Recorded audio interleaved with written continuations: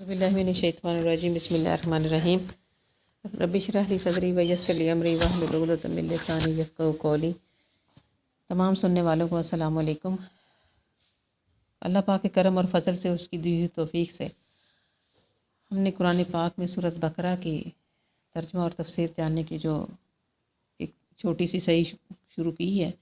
अल्लाह पाक इसमें हमें कामयाबी और कामरानी अता फ़रमाए और हमारे रहनुमाई फ़रमाए और हमारे लिए इसको सहल फरमा दे।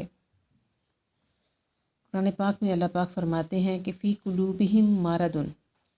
अब वही बात जो पिछली आयत मुबारक में की गई, उन्हीं की ये सिफ्त बयान हो रही है कि फ़ी कुलूबिहिम मारदुन, उनके दिलों में बीमारी है। फ़ज़ादहुमुल्लाहु, बढ़ा दी है अल्लाह ने, मारदा उनकी बीमारी को, यानी इजाफ़ा कर दिया है, बढ़ा दिया है। वालहुम, और उनके लिए अज़ाबुन, अज़ाब है, अलीम, दर्दनाक। बिमा कानू, बदला उनके, यकसिबुन, जो वो झूठ बोलते थे। किस वजह से ये अज़ाब होगा? जो वो झूठ बोलते थे। झूठ क्या बोलते थे? झूठ वो ये बोलते थे कि हम अस्तगफिरुल्लाह मिन ज़ालिक, कि हम अल्लाह ताला को धोखा दे रहे हैं। अहमकों की बात सुने कि अल्लाह पाक को तो कोई धोखा दे ही नहीं सकता। वो तो असरार व मख्फियात का जानने वाला है।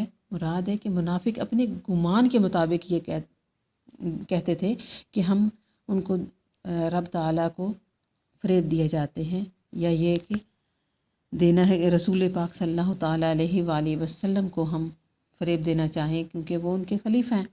तो अल्लाह ताला ने अपने हबीब किबरिया को भी इसरार का इल्म अता फ़रमाया हुआ है और इन मुनाफिकीन के छुपे हुए कुफर पर वो मुतला हैं। मुसलमान उनकी इत्तला से देने से बाखबर, तो इन बेदीनों का फ़रेब ना तो रब ताला पर चले, ना रसूल खुदा सल्लल्लाहु ताला अलैहि वसल्लम पर चले, ना मोमिनीन पर, बल्कि दर हकीकत वो अपनी ही जानों को फ़रेब दे रहे होते हैं और खुश हो रहे होते हैं, अपनी इसी बदमस्ती में होते हैं कि हम इसी तरह से कामयाब हैं। और ये हमारे लिए बड़ी फ़ायदा मंद चीज़ है कि हम रब ताला को अस्तगफिरुल्लाह को धोखा दे रहे हैं। अल्लाह ताला को तो कोई धोखा दे ही नहीं सकता। हज़ूर नबी करीम सल्लल्लाहु ताला अलैहि वसल्लम के ख़िलाफ़ मुनाफ़िकीन के दिल में अदावत के जो जज्बात परवरिश पा रहे थे और हसद और गुस्सा की वजह से वो जो चिंगारियाँ चटक रही थी, उनको कुरान पाक ने मरज़ से ताबीर फरमाया है। और जब वो हज़ूर नबी करीम सल्लल्लाहु ताला अलैहि वसल्लम और इस्लाम की रोज़ अफ़ज़ो इज़्ज़त और तरक्की को देखते तो हसद व अनाद के शोले भड़क उठते। अल्लाह ताला उन्हें तंबीह फरमाता है कि अगर उन्होंने इस मर्ज़ को यूं ही बढ़ने दिया और इसका इलाज ना किया तो जिस तरह से जिस्मानी बीमारियां जिस्मानी मौत का बायस बनती हैं, उसी तरह उनका ये मर्ज़ उनकी कल्ब और रूह का गला घूंट कर रख देगा और उसमें वो बढ़ चढ़ कर हिस्सा लेते हैं और ये इस तरह की हरकतें करते हैं कि जिस तरह से अहादीस मुबारक की किताबों में मौजूद है ये पूरा वाक़या कि सरकार मदीना सल्लल्लाहु ताला अलैहि वसल्लम नमाज अदा फरमा रहे हैं और सहाबा किराम रिज़वानुल्लाह अजमईन की जमात मौजूद है, पीछे नमाज़ पढ़ रहे हैं, उनमें मुनाफिकीन भी मौजूद हैं।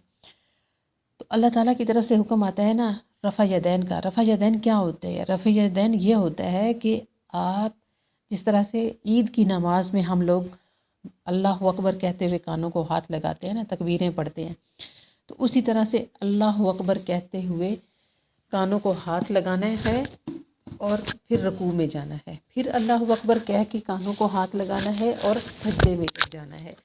तो इस तरह से इसको रफ़ा यदैन कहते हैं।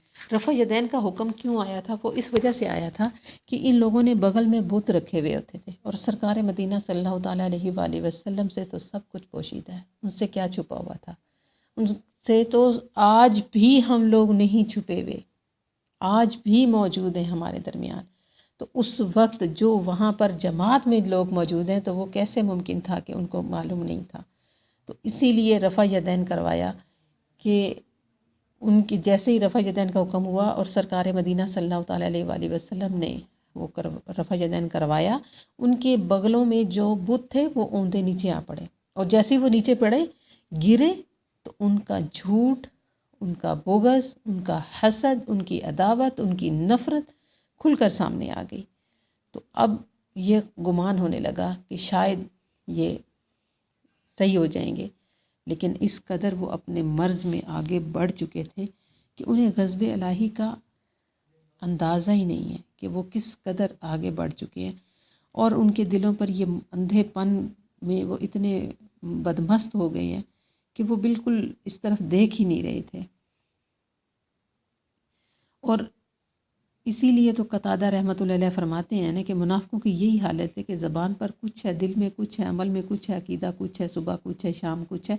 کشتی کی طرح جو ہوا کے جھونکوں پر کبھی ادھر جاتی ہے کبھی ادھر جاتی ہے، اسی طرح سے ان لوگوں کا حال تھا۔ وہ ایک جگہ پر استقامت نصیب نہیں تھی۔ یہ رب کی طرف سے ہوتا ہے، یہ اللہ پاک کرم کرتا ہے تو انسان میں استقامت آتی ہے۔